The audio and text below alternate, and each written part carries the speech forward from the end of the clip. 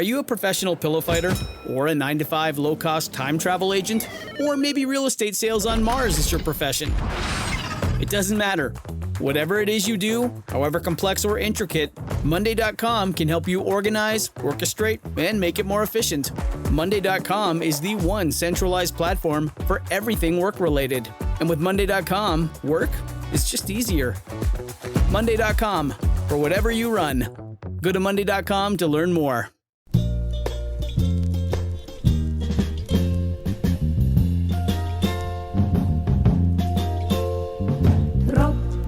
Regen auf mein Kopf.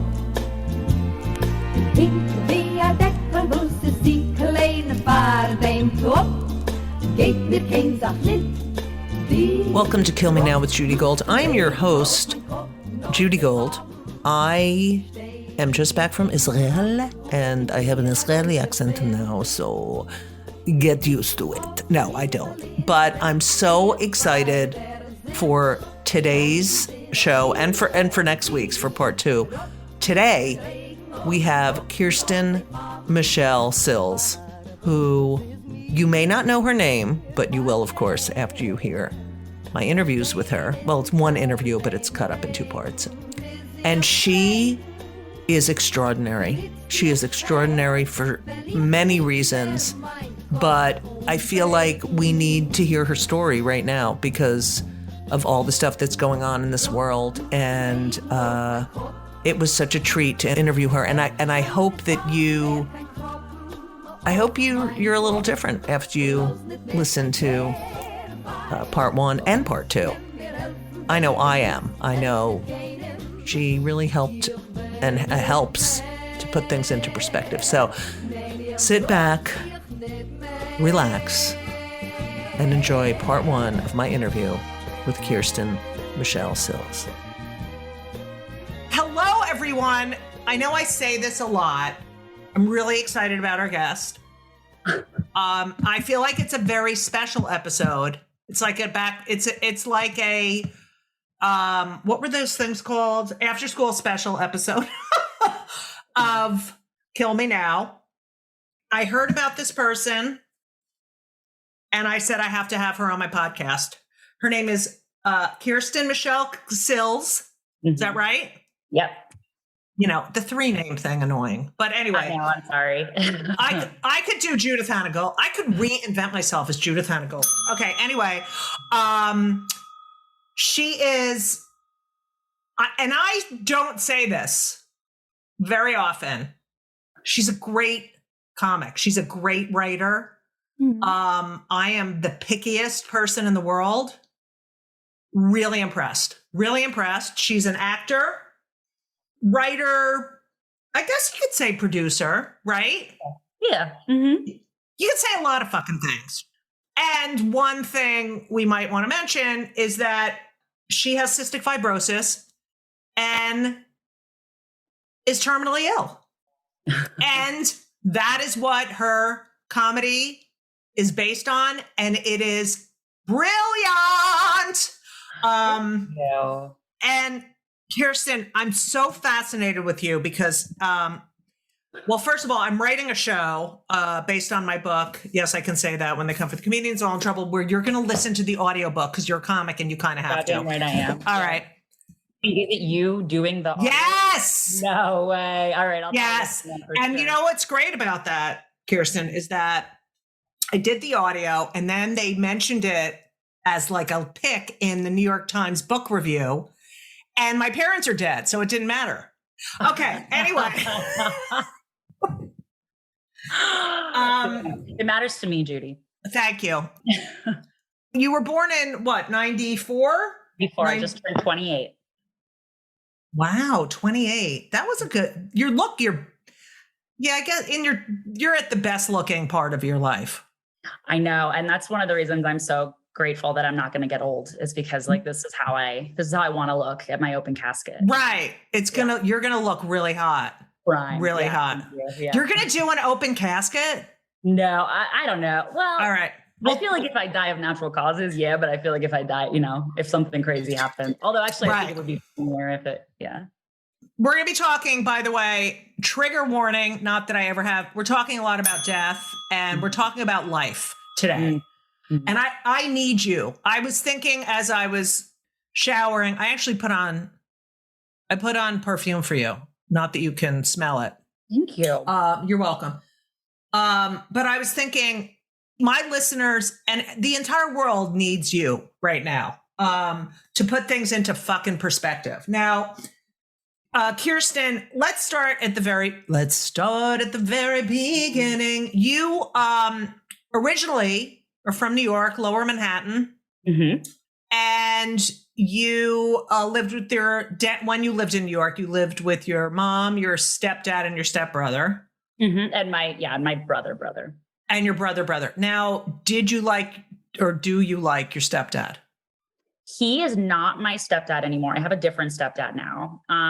So your mother's a slut is what you're... Yeah, she's too hot for her own good. And right. It's her... Well, you're hot, so... Yeah, she's like if I were more fit and richer and blonde. Like she's everything I right. Want. Yeah. No, she's a baddie. And so this is her third husband. Wow. But she was only married to my dad, like my actual dad, for 2 years. Like they got divorced when I was like a baby. So like I just wait. So how long did they know each other? Do you have your brother must be older than you then? My brother's 2 years older. Like they were married, like just had me and my brother Brad, and then they got divorced when I was like a little baby. Like, did they meet like in college or something or? Oh, they met. My mom was like a server at an IHOP. As the story goes. And it's funny how when your parents are divorced your whole life, you never ask the like, how right. Never cared. But I'm pretty sure they met at an IHOP. And well, it is, as I forgot which comic used to talk about this. It is the International House of Pancakes. Amen. I know. International. Yeah. And that's why I was born cultured. And so yes. And so that's where they met and they were married they got married like, how old were they? She was like, I think she met him when she was 22, maybe. Oh, all right. So this is like first type baby relationship. Exactly. Right. And I always forget they know each other because, I'll see them both separately. But I will talk to my mom and be like, my dad does this thing where blah, blah, blah. And she's like, yeah, I was married to him. I'm like, oh my God. And you call him my dad. That's hilarious. Yeah, like, Gary. Yeah. So they've been divorced for 28 years now. So no hard feelings. But then she married my stepdad, Anthony.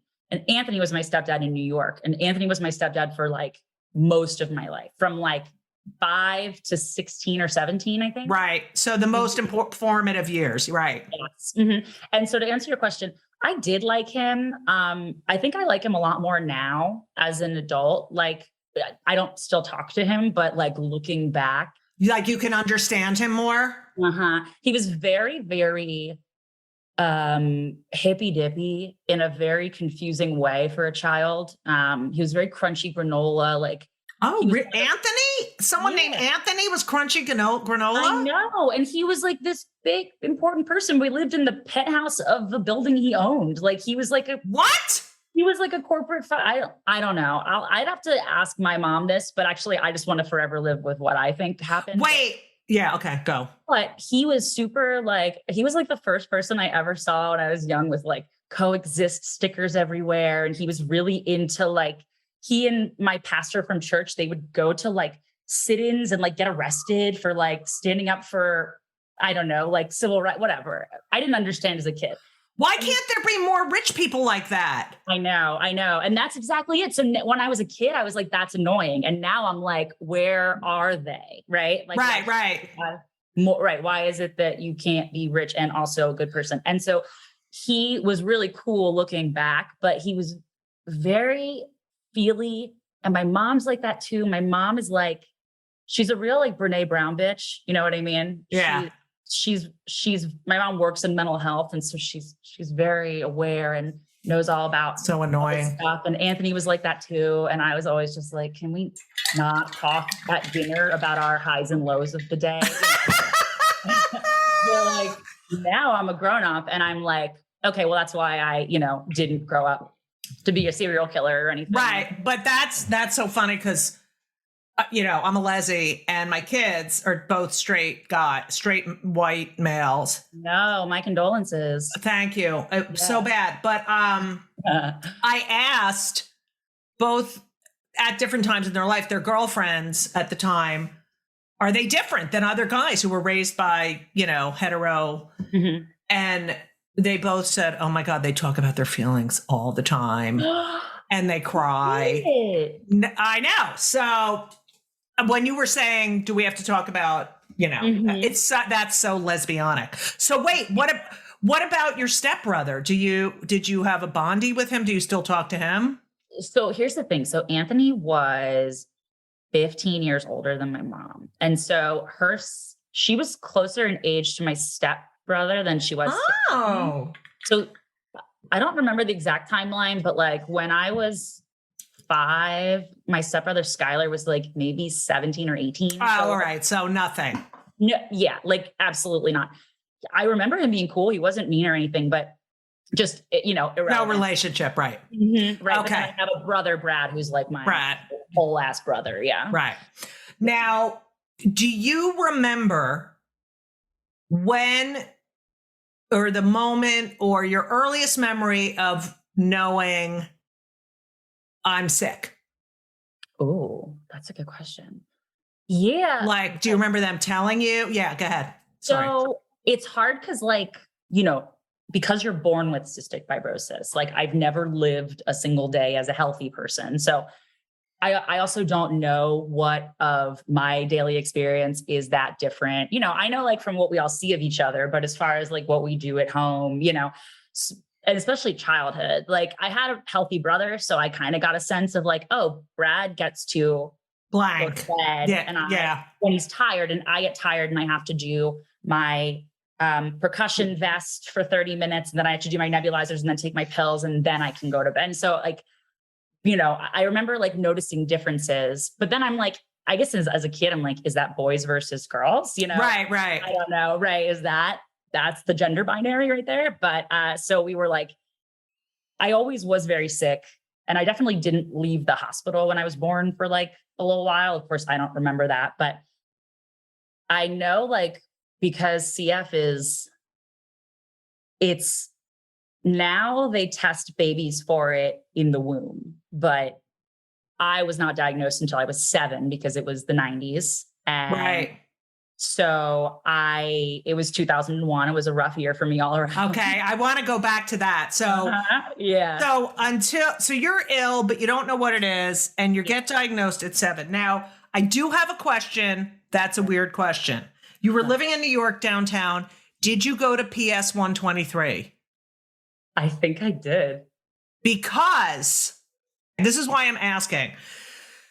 So on September 11th, 2001, I know that you were walking to school with your mother when the first plane went in. Mm-hmm. And you literally had to run faster than the building was falling. Yeah. Mm-hmm.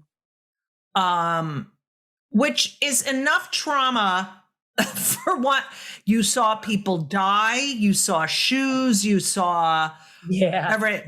So the reason and I know you were going to PS 123 because I figured it out because my neighbor, Marjorie, this is the Jew bell, by the way. Okay. Anything Jewish. So my neighbor Marjorie's best friend, Anna Switzer, was the principal of PS 123. Anna was 1000% my principal's name because we called them by their first names. Yes. And Anna that morning saved all those kids, like not one. She was in People magazine and everything. But I thought when I was reading and doing research about you, I said, I bet she went to PS 123 and Anna was her principal. That's exactly. Yeah. Cause I lived on, like John Street. Whatever. Like, the next block over from the towers. And I definitely 100% because it was very cool that we called our teacher Anna and Jackie, right? Jackie was the assistant principal. Probably, but I Right, definitely okay. remember we had a principal named Anna. Yeah. And I remember about that day that because we were late to school, my brother and I, so it was a real like, what are the odds? We could have already been there in school. We should have been, but we were running late, and we were running so perfectly late that we just happened to literally be standing on the corner there when it happened. So it was really awful timing. But then when we got to school, because my mom didn't know where to take us, because when you're a kid, you think she's grown up, and looking back, I'm like, she was probably 30 years old. Right. Like, and she thought like school's the safest place. Let's just go. And because you're so close to it, you couldn't see what it was. Like you could only really see if you were further away, but it was just directly above. It's like construction, or you just saw like fire. And so we ran to school. And then I remember all of the adults asking us what happened because they couldn't see, because They couldn't see from the school. Yeah. and they were trying not to freak me out, but they were like, but it's scary as a kid to have a bunch of like a teacher pull you out of the room and be like, can you tell me what happened? Like for their own curiosity. And I was like, I think it was construction. My mom, I remember the loudest noise I ever heard. And then I looked over and my mom was crying immediately. And I was like, I don't know what's going on. And then within 10 minutes, the PA announcement every 10 seconds is like, this person is, your mom's here, your dad's here, So it was a very briefly lived time in school before, like you said, we all ended up, even if your parents didn't come, we all had to leave. And then, the school ended up it wasn't able to reopen. And I remember we went to different schools, like almost every week for we stayed in a hotel in Manhattan after we lost our house for 10 weeks or something. And so we just kept going to different public schools, and we would just meet different kids all the time because they couldn't really find out how to coordinate us. So I don't know that I ever saw my teachers or Anna ever. It's just free. I mean, do you think that your mother knew what happened and just didn't tell you guys? I think about that a lot because my mom was very much treated us like adults in a good way, not in a toxic way when we were kids. Because she had us very young and she was a single mom up until she met my stepdad. And so she was just very we're all in this together, Right. So I think if that happened today, if you were walking down the street and you heard a huge explosion above you, you'd be like a terrorist attack of some sort, a bomb, a plane. But when it had never happened before, right. I don't think that your first thought is that. And I remember not knowing what it was, even my mom not knowing really, as she says, until we were able to get somewhere that had a TV and the news was saying terrorist attack. And I don't know what that is or anything at the time, but I think to a certain extent, because I remember when people were jumping, her saying they're falling, and I'm sure she knew that wasn't true, but made us feel better in the moment. But I don't know if she I can't fucking imagine being 30 years old and you're in charge of 2 kids. I'm Right. 20. I would need to call my mom and be like, what do I do? And there was no cell phones back then. So she was You're not kidding. I mean, we all have our memories of that day. I was breastfeeding my 21-year-old and my 5-year-old at the time, or he's 26 now, but almost in September. But that was the day he took the bus to kindergarten by himself for the first time. Right. And he was so excited. Yeah. And so when I left Ben with Marjorie, I had to walk over to the east side to go get Henry. And all he wanted to do was take the bus. He was like, why can't I take the bus home? And I had to explain, but we could see down second. I mean, you could see everything. Mm-hmm. I can't even imagine being 7. And I mean, that should be God, the only horrible thing that happens to you in your lifetime, I say that all the time. I'm like, why do I have to have both? Both. Yeah. One alone would be a life-defining thing that's right. This is the shtick. And that's what makes it so hard, Judy, about when I do longer stand-up sets, if I get to do a 30 or something or a 45, and I get to do both my cystic fibrosis terminal set and my 9/11 set, they don't fucking believe me when I get to the second part. They're like, there's no way these are both one person, like, Right. if I'm not on oxygen at the time, because then I already have to do a lot of convincing that I'm terminal when I'm not on oxygen. And then I bring up 9/11 or vice versa. They're like, get this bitch off the Wait, stage. yeah, we can't take both of these. Yeah. Yeah, they're like, yeah, I bet this happened to you. Like, you're just trying to do this, for Oh, shut the fuck up. know. I hate everyone. This episode is brought to you by Progressive Insurance. Do you ever think about switching insurance companies to see if you could save some cash? Progressive makes it easy to see if you could save when you bundle your home and auto policies. Try it at progressive.com. Progressive Casualty Insurance Company and Affiliates. Potential savings will vary. Not available in all states. Like, what are your memories of that day? And do you try to block out? Yeah, not really try to block out. Cause like I said, my mom's always been very emotionally intelligent. So we got put in therapy immediately after 9/11, and I have been ever since, and I have therapy tomorrow. So, I had therapy at 1:30 today with my therapist, who's a Jew. Yeah. And so my current therapist is a trauma therapist. I try to work with them if I can. When I turned 26 and I lost my mom's insurance, I had to scramble and leave, That is fucked up. It's bullshit, right? Yeah. Yeah. And I had to leave the person that I had loved, but whatever. Bridget is my therapist. She's not Jewish. You don't have to ring the bell. Okay. But, Shit. I just went. Yeah. yeah. And she's the fucking best, but yeah, she's like a trauma therapist. Right. And so we do a lot of there's these different techniques. One of them is called EMDR. Yes, I know EMDR. Yeah. Yes. And they did that to me when I was 12 or 13. Right. When I'll go through phases where I have, even as an adult, I have crazy nightmares weeks in a row, Right.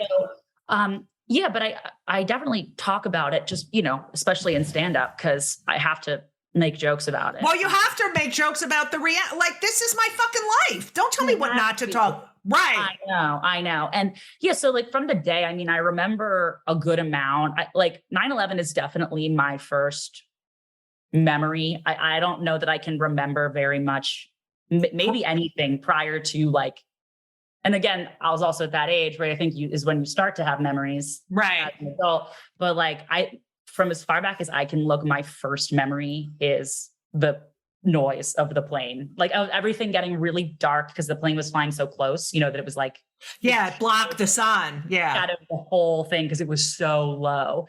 And everything getting kind of quiet and weird for a second. And then the loudest noise you've ever heard. And then turning and looking to my mom, and she was kind of in the street trying to get a further view, and she was crying already. And I'm like, right. How are you crying already? What, right. What do you know that I don't know? Right. Yeah. And so I remember that. I remember the walk back from school was really hard because we had to go through, and that was when, it was still dust. I smelled it. Bro, it was in Central Park, I smelled it. I can't even. Yeah. We were those people in those pictures that everyone's covered in white, And so I remember my mom being alone with us and having to get us through the city.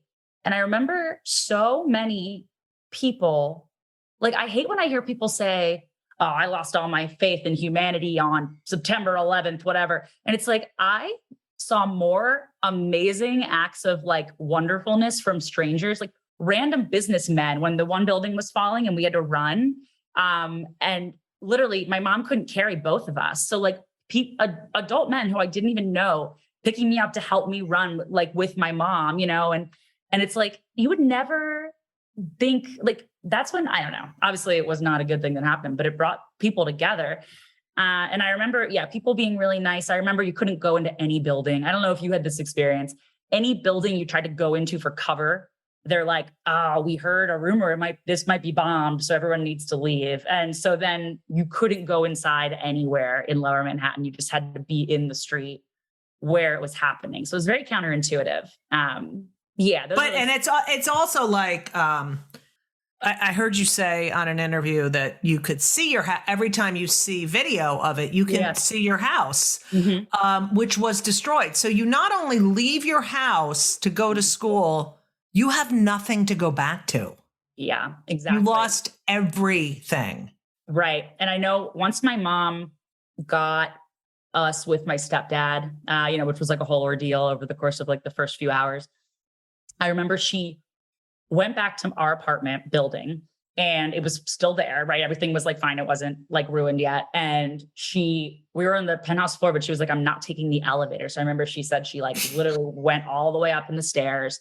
And I imagine she got my meds. If I had to guess like what it is that it was like, we got to go back in, like some core things. And then, then that was the last time we ever went back. I left for school and never went back again. So it was a bummer. I mean, that's crazy. Yeah, it is. And then we went to a hotel for so long and hotels are not. No, believe me. God, no. Horrible. But it was cool because like a lot of my friends were staying in that hotel also. So like, oh, that's good. I bet you had a lot of friends who lost parents. Oh my God. It was like you would get in the elevator on the way down and you'd be chatting with someone, and then it'd be like, oh, did you hear this person dead? Oh, that person's dead, and you're like, oh my God. Yeah. Friends who like all their parents worked in the building and stuff. Right. And yep. Yeah. It's fucked up. But yeah, then we moved to Philly and I just never. Yeah. So you left for work and things, but I never. Right. It's funny because I mean, your experience is beyond.com.edu. But I remember, I guess it was like 3 days later, something. Ben got some weird infection, and we had to go to NYU hospital, and it's right next to the morgue. And people don't remember. You probably remember pictures, posters everywhere. Oh my God. If you see, please call. If you, looking for blank, and it was all over. It was all over.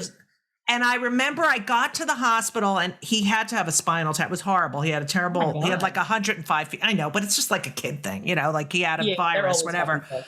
And I remember I got to NYU and we got in the hospital. And I said to the nurse, is it busy?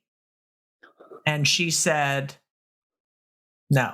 And that's when I knew they were waiting. I know, but I said, are you busy? And that's when I knew that no one was surviving this fucking thing. Right. That was a couple days. Even as a kid, and it's fucked up because I remember thinking because the signs would say missing. And I was like, right. They ain't missing. I'm sorry. Right. I don't know. But do your thing. You need to hold out hope. But I was like, yeah, they weren't just magically kidnapped the day of 9/11. Right. Right. I could probably deduce what happened and I'm 7, but yeah, I didn't even think about that. The hospitals probably weren't overloaded. They were hoping they were waiting. They were they were all prepared for, all right, let's go. Let's bring the injured. That's And I remember I stayed there in the hospital with him, and I remember I would hear just one little noise. I heard someone walking down the hall with a piece of equipment. I'm like, oh my God, another, that's how scared, for, yeah. Oh, you're yeah. I mean, you have it way worse than I had it, but it was, I was so, and you know what the other thing was? It was so fucking quiet. The next day when they closed airspace, I'd never heard it so quiet before. No, and that's way more upsetting because then any little thing is detrimental. It's the loudest thing you've heard all day, and it's just like a garbage truck. Right. Yeah. Okay. So then your family stays in a hotel, and then don't say anything, and then you move to don't say anything because I wrote it down. You move to Horsham, Pennsylvania. Horsham. Mm-hmm. Horsham. Kind of. We lived. It's 10 miles from Philly, right? Or yes. something. Mm-hmm. We lived with my grandparents for a little. They lived in the suburbs of Philly until we like got back on our feet and had enough to like get a home. And so then we stayed living in the suburbs of Philly. Was it so, do you remember it being weird going from a city to a suburb? I remember one of my core memories, I swear to God, Judy, was the first time I had what the suburbs of Pennsylvania calls Chinese food based on what I was getting in New York. Right. And, and you're downtown, so you're getting the best Chinese food. Yeah. Right. And we had it all the time. We always had Chinese pizza. Like, my mom was in school, my stepdad was working, like they didn't cook a ton. And I remember we always had, and it was like starting when I was 5, that was what I thought it was. And I was appalled by it. And I remember, I remember it's like eating a bagel in like, oh my God. Right. Kentucky. No, you have no fucking, no, you have no fucking idea. Go ahead. Right. Yeah. And it makes me sad for these people is what they know. Yeah. So I remember like we had a backyard. That was cool. We had like, and my dad lived in Philly. You're and Brad's father? Actual father. Mm-hmm. Okay. His name is Gary. And so Gary lived in Philly the whole time we were in New York. So whenever we would be brought back to visit him, like we would get to do like grass and like trees and, like the shit you like. So that's good. You got to have a relationship with Gary. Yeah. Mm-hmm. Really better now as an adult. When I was a kid, it was not. Does Gary have a whole other family now? He does have a whole other family, yes, but I very much like them. They are also he has my stepmom who has the same first, middle, and last name as my mom. We don't have to get into that. You're fucking kidding. No, Sherry Lynn Cills. She has the same exact name as your mother? Well, she just married my dad, so now she's But it was Sherry Lynn? Sherry Lynn already, yeah. What the fuck is that? I don't know. It's got to go deep, right? So do they go Sherry Lynn 1 and Sherry Lynn 2?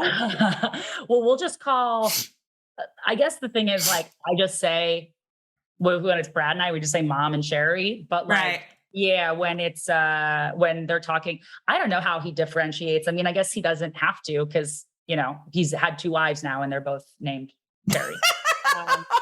And yeah, so he has and then I have a step sibling as well. So okay. Like my Sherry's daughter. Okay. Do you like Sherry's daughter? I do. She's such a badass. She is like, even though she grew up like where they live is like Cowtown, Pennsylvania. Like no joke. When you go, when you drive down their like suburb, there's a whole ass like billboard that says Jesus is the way on it. Oh, like, shut the fuck up. Joke. I know. Jesus. It's not that far from where I grew up. So it's weird. You're not reacting to my Jew bell. I don't understand. I love the Jew bell. Did you say Jesus? Is that what Yes. Yes. And I got no reaction. Okay, that's a good joke. I'm sorry. Okay. But Brooke, my sister, is like super, even though she grew up there, like super artsy, super gay, is going to arts. Like she's a lesbo? Oh yeah, she's super gay. She gets another bell for that. Going to college, yeah, right. Going to college for like fine art in the fall, like living her. Okay, I love her gay life that she never got to live in the suburbs of PA. So we love that, and I think good learning experience for my dad as well. Oh, good. Well, I thought he's coexist, so fuck him. That's Anthony. Oh, Anthony's coexist, right? Okay. My dad is not coexist. Okay.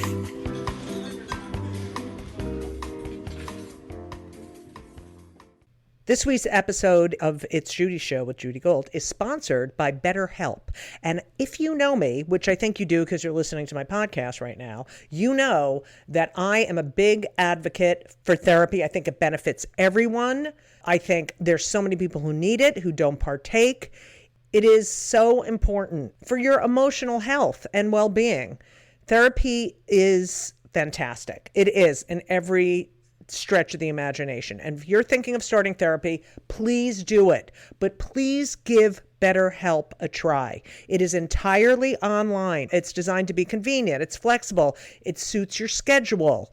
You fill out a brief questionnaire to get matched with a licensed therapist, and you can switch therapists anytime for no additional charge. I have switched therapists in my life. I've had many, many therapists, and sometimes it's not a great fit for you, but don't give up. Therapy is beneficial. You can learn about yourself, you can process, and just be emotionally healthy. I'm telling you, do it. BetterHelp is great because, when I used to schlep to my therapist's office, it was so annoying. You have to do it, and you sit there and you wait. And then I'm telling you, doing it online is fantastic. And BetterHelp is amazing. I know a lot of people who've used it. So if you're thinking about therapy, go to BetterHelp.com. Let the gratitude flow. This is Gratitude Month, people. So you need to let the gratitude flow with BetterHelp. Visit BetterHelp.com/JudyGold, JudyGold, today, and you will get 10% off your first month. That's BetterHelp, HELP.com/JudyGold. You're welcome. All right. So you moved to Philly or Horsham. Horsham, which everybody calls Philly just because we want to, Okay. And you then, do you get diagnosed with cystic fibrosis in New York or in Philly? In Philly, but really soon after, because my doctors in Philly at this children's hospital called St. Christopher's Hospital for Children, and they have a cystic fibrosis center. And that's, I can't just go to any hospital as my main doctors. It has to be one with a CF center, and it's not super common.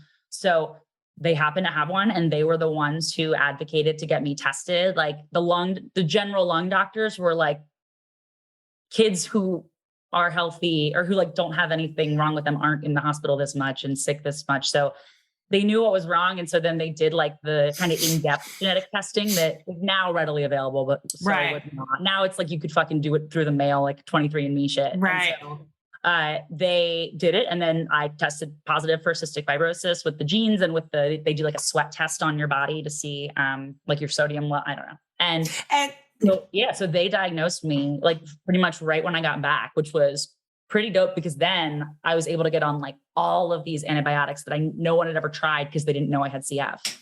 So did your doctors tell you, or did your parents tell you you have this disease? And I feel like I was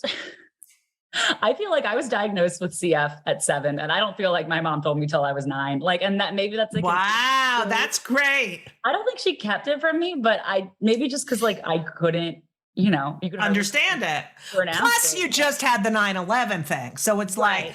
I know you saw people jumping out of the window, and we moved, and all your friends' parents are dead.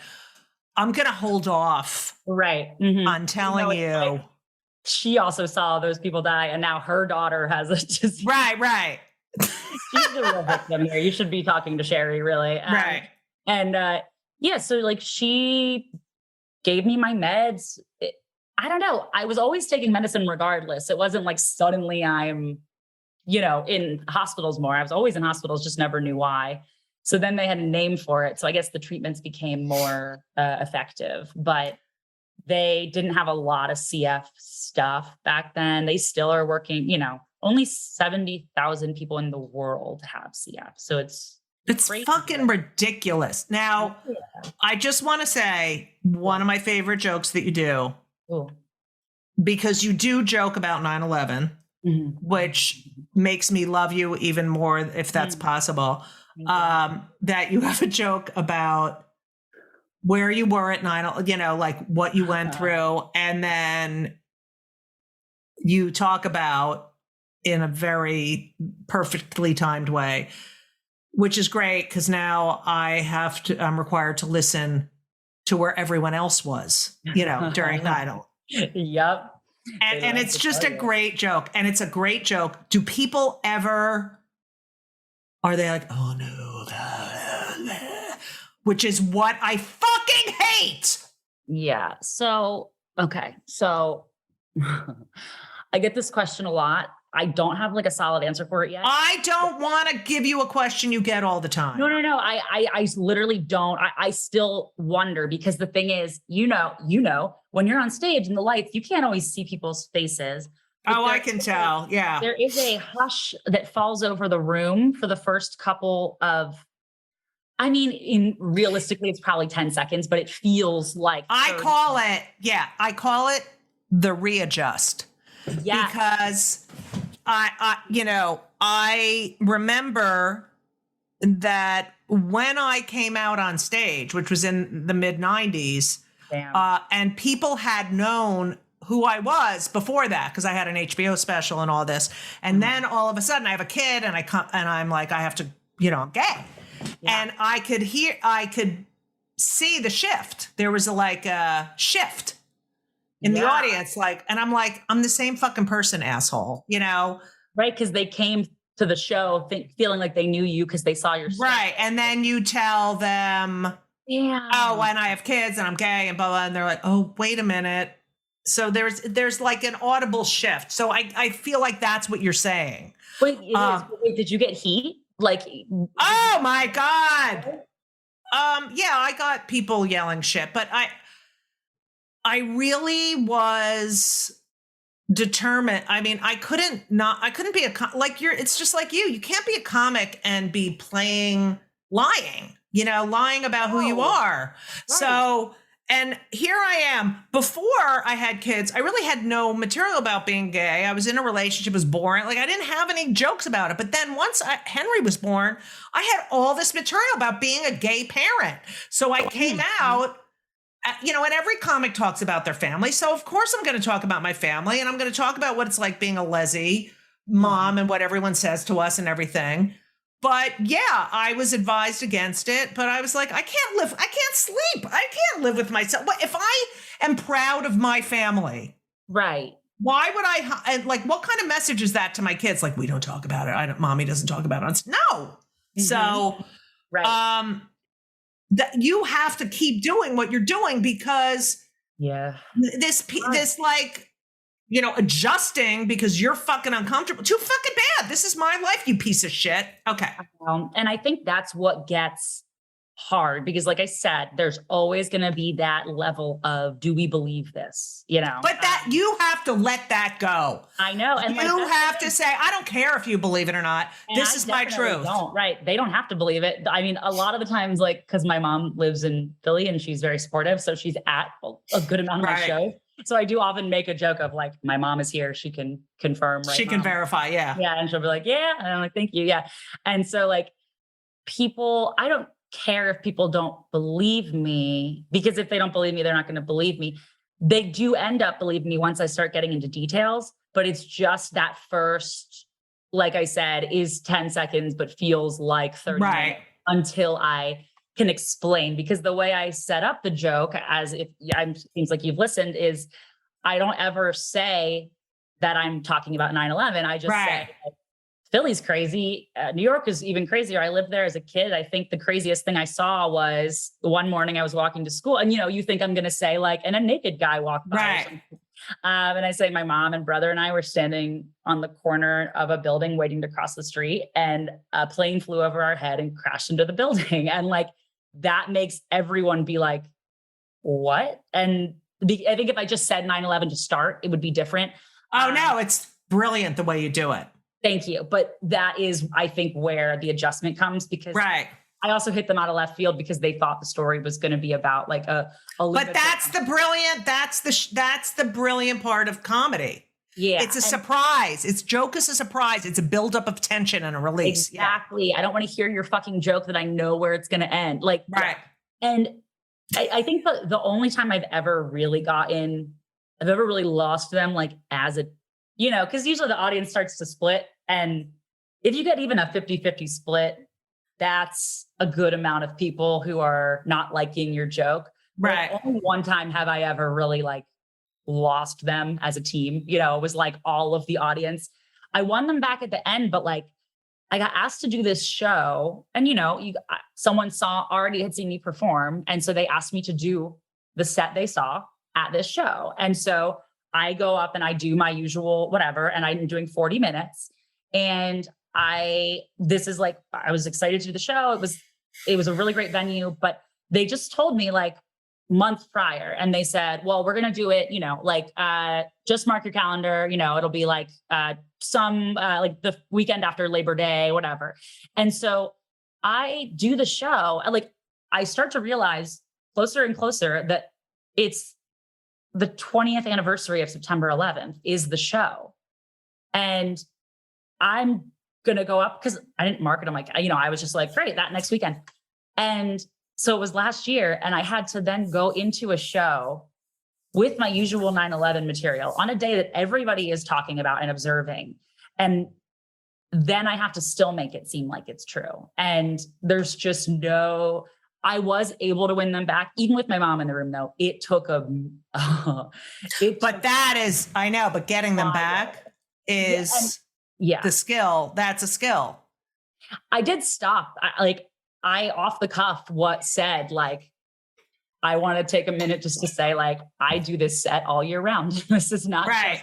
Just because, I said I was doing it in February of 2018 and March of 2020, I was like, it's just that today is the anniversary, if you haven't heard. But it was rough. But I think for the most part, I've had people come up to me after shows and be like, oh, that's a pretty bold up there for talking about 9/11. Oh, I want to punch their fucking faces in. Go ahead. With the intention of, why are you talking about, Right. It's all about them. It's all about them. Pretty bold. Fuck you. It's bold that I get on stage, you fucking piece of shit with the tiny dick. Okay. Right.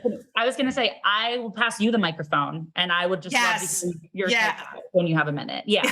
And because yes. And so I feel like I do get comments like that. I get, comments of people being like, I think a lot of it comes from them still not understanding that I'm telling the truth, because I do have people right. Like, I liked your jokes, but I think it's really insensitive topic to joke about. But no one cares about what you think. I know. And what I had someone say the first time I did it was, I think your jokes are well written, but I just didn't laugh because that actually, what you're talking about did actually happen to my friend. So like, she's actually that actually did happen to her. And I was like, it happened to me too. Were you fucking listening? Like, I wasn't just making up a story. Oh my God, you have to listen to my book. You have to listen to my book. You have to. Okay.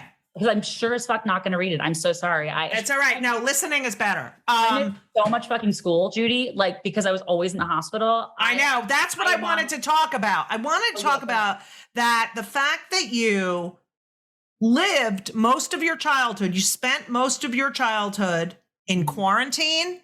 Yeah. In a hospital. Mm-hmm. And which is so funny because I'm sure you have a lot of material about quarantine, and it's just so funny to listen. I mean, I loved quarantine. I don't know. I was a lover of quarantine. I've heard you talk about it, that you have this skill. You have this, how to be by yourself. You know how to entertain yourself. Mm-hmm. You know how to be bored. Like, I feel like the whole problem with this world is that people are uncomfortable being bored. So they'll look at any bullshit, fucking phone app shit, fucking cat bullshit. Mm-hmm. It's always fucking cats too. I know. And it's like, I heard you speak. Can you talk a little bit about the entertainment cart in the hospital? Oh, that fucking thing. Yeah. Did you have any like other kid friend in the children's hospital who you had befriended, or were you just couldn't go out and socialize with? So it depends. So like when I'm in any hospital, I am almost always guaranteed the only person with cystic fibrosis in that hospital statistically. Wow. Like at the time, not necessarily patients, but I can leave my room if I needed to, although I don't, because I'm usually, wired up and stuff. But as a kid, because I was going to one of the few cystic fibrosis centers in the East Coast entirely, it was the hottest ticket in town. If you had CF, you're going to fucking St. Christopher's, right? And so because of that, and So I should preface by saying that people with cystic fibrosis can't be within 6 feet of each other. I don't know if you have ever heard that, but like I've never heard about a 6 feet apart thing. I never heard that. What's crazy is that the fact that my whole life is quarantined and the whole 6 feet rule is very right. Funny. And people are like, they're like, yeah. They're like, it's been really hard for them and they're in my prayers. But I feel like, because people with CF can't be within 6 feet of each other, we carry bacteria that only each other are susceptible to. There's been a couple episodes of like Grey's Anatomy and stuff about it. Like people with CF meet online and then they fall in love. It's happened a couple times too. And really? They're like, we're going to defy all odds. And then they die immediately. So like, it's fucking, they're like, we're fucking Romeo and Juliet. Right. Yeah. It's so stupid, but never really becomes an issue because it's so rare. I don't really come across people with CF. And also, you can't get the whole sympathy thing if you both have CF. Yeah, that's what I'm saying. You can't take advantage of the other person. Yeah. There's only so much attention someone in a room can get. Right. And I need it. I was at a wedding recently and there was another person on oxygen. She was like 80, but I was genuinely annoyed. I was like, are you fucking kidding me? This is my thing. This is my thing. Get your fucking tank out of here, bitch. Roll out. Thank you. Yeah. So when there's two people with CF on the same hospital floor, because it's a kids hospital, they have a whole playroom and all of this, but you're touching everything, right? So basically only one of you for the whole stay can leave their room. They can't just be like, on this day you can, on this day you can, because either way we're touching the same shit. And so it's basically whoever was the sickest or whoever got there first, or I don't know how the straws were drawn, but I felt like I was always the one who couldn't leave the room. And the longer you're there, I mean, if the one person checked out and then I was still there for like a week or two, then I could leave the room. But so I was always stuck in the room on what would now be called quarantine, but at the time they was called contact isolation. And it's like, you see like the doctors in the gowns and only one person in my room at a time, a lot, depending on how sick I was. And the cart was, I mean, you would fight for the cart. And like the entertainment cart. The entertainment cart. You couldn't talk to each other, but you could talk to the nurses and ask them to like put your name in the ring, like, when the cart becomes available, can I ask you to make moves? What are we, every morning, like, what's our plan for if we see the cart free, and they'd be like, oh, well, this person already, and I'm like, they just got So here. what's in the cart? Like movies, like what toy, like. Mm-hmm. So it's probably, I don't know, a 20-inch round TV, of course. And it's on this big wheelie cart. And it's got an N64 with 2 controllers. Wow. Rude to remind me that other people have people to play with. Right. By myself. And they had a couple games, a couple of VHSs that were always the reel part was always a little broken and never content, whatever, but it was a hot commodity. And so when you would get it, you didn't get it for very long. I don't remember how they judged like when your time was up with the cart, but if you got it, like by bedtime, that was the best deal because then you can fall asleep to a movie, Wow. Yeah, I know. And you had to bribe the nurses and stuff and. Yeah. Well, I will never be able to make up for the way I treated my nurses as a child. I was such a fucking cunt. I was. They used to call my mom and just be like, your daughter. I would pull out my own central line IVs. I would I don't know where I thought I was going, but I literally thought I'm packing my bags. Like I'm just going to walk down 95 South and get home on my own. I live 50 minutes away from the hospital. And so I was a fucking nightmare. So it wasn't easy to get them to do me any favors. But I think at a certain point, it was like, if we give her the cart, then there's 2 hours. We don't have to fucking. Right. Thank you so much for listening to part 1 of Kill Me Now with Kirsten Michelle Cills. What an incredible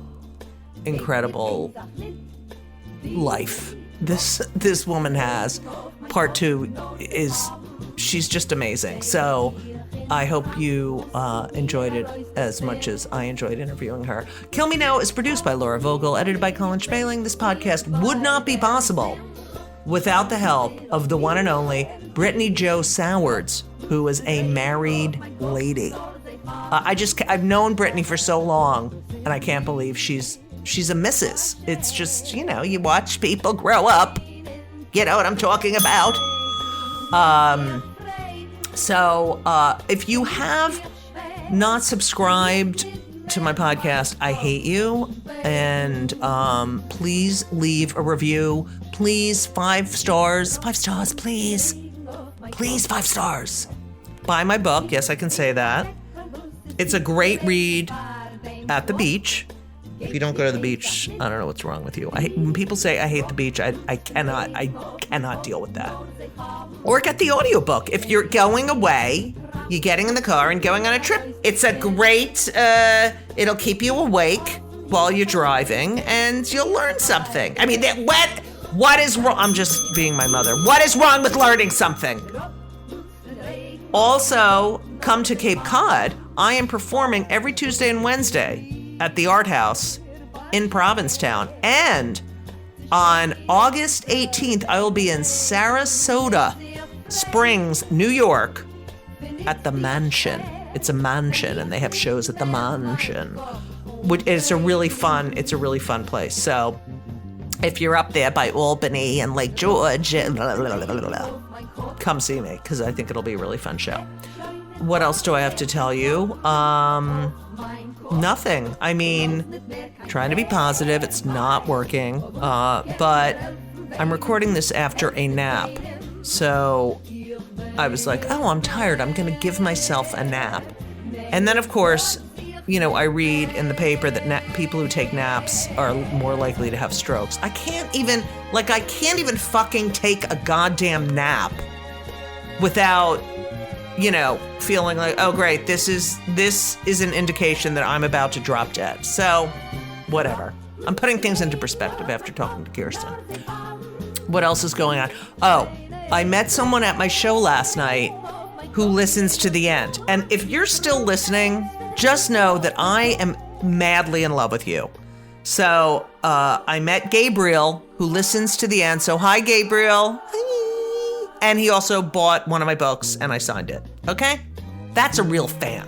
I don't know why I just yelled, but... Also, if you don't follow me on Twitter and Instagram, and I'm on TikTok, and I was doing these bathroom shooting the shits, and then I stopped, and I have to go back to it because I really love doing them.